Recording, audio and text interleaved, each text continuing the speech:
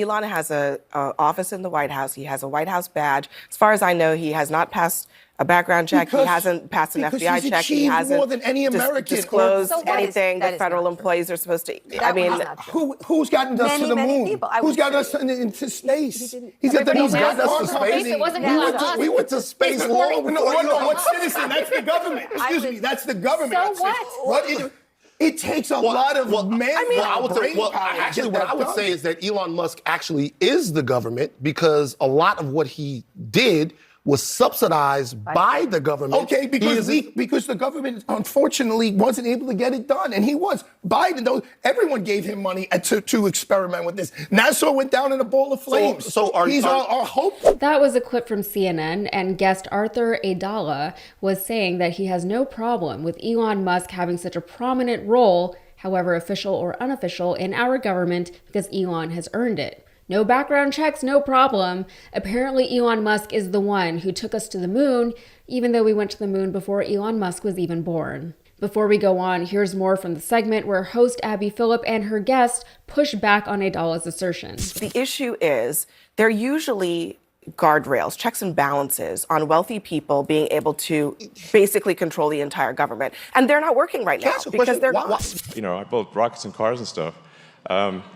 So what am I doing in politics? You also heard from Van Lathan in that clip arguing that Elon Musk has, for one, largely been so successful in the space industry specifically because of government subsidies, but also that Elon Musk, despite his businesses and his wealth and now his political influence, is not anyone that should necessarily be celebrated or idolized or given unlimited and unfettered access to our government.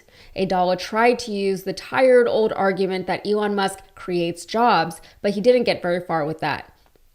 He later claimed that NASA has gone down in a ball of flames, so Elon Musk is our hope for space travel and exploration.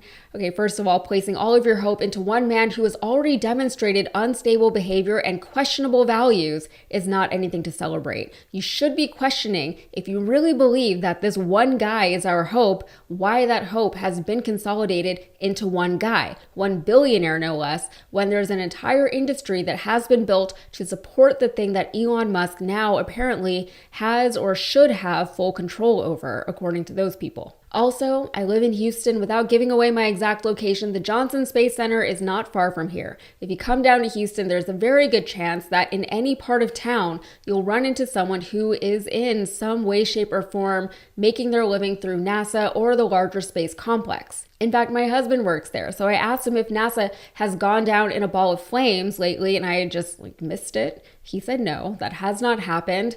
There have been a lot of shakeups in the industry, however, and a lot of those shakeups can be attributed to Elon Musk and other billionaires' involvement in the industry.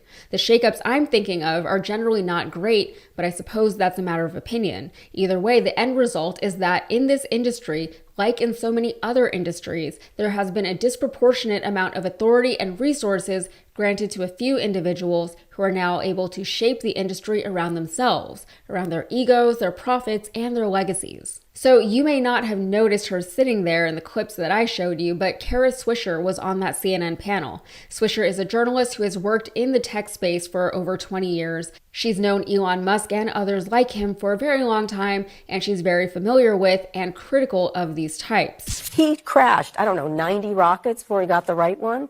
NASA can't do that. And she's not muddling her words or her feelings when she says that Elon Musk is, quote, losing his effing mind online.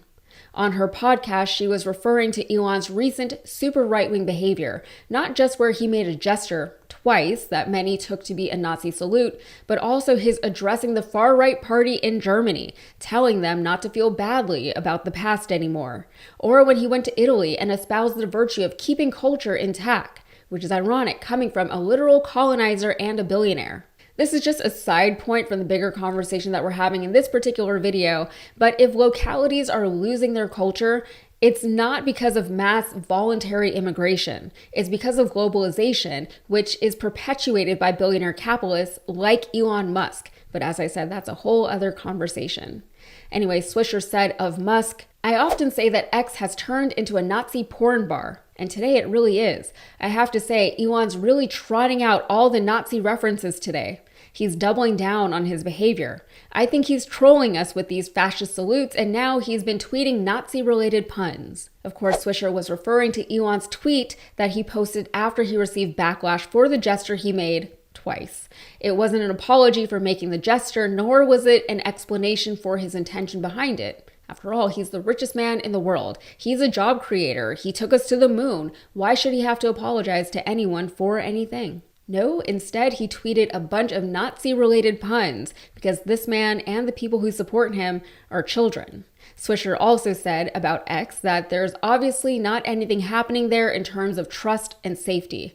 Again, because why would anything like that need to happen? Elon Musk has created the exact platform he wanted to create. He's the one pushing the ideologies that would be considered problematic to have on a platform like that. And this is the guy that people like Arthur Aidala on that CNN panel believe should just be given unlimited access to our government. I don't know when, if ever, this country is going to stop worshiping people just because they have a ton of money, regardless of how they obtain that money. The worship of money and the idolization of the wealthy is baked into our national culture. To an extent, yes, kudos to anyone who is able to be successful in business and is able to support themselves and their families, and respect to people who are able to enrich their communities in turn. But let's be so real, that is not what Elon Musk is doing. Elon Musk is trying to buy our government. In fact, it seems as though he already has, but what's most shocking is how many people are fine with it. By the way, this whole story reminded me of a scene from the show Silicon Valley, where Kara Swisher, playing herself, was interviewing one of these tech billionaires, and he claimed that the plight of billionaires in this country is worse than what the Jewish people endured during the Holocaust. If you don't know what I'm talking about, you should check it out.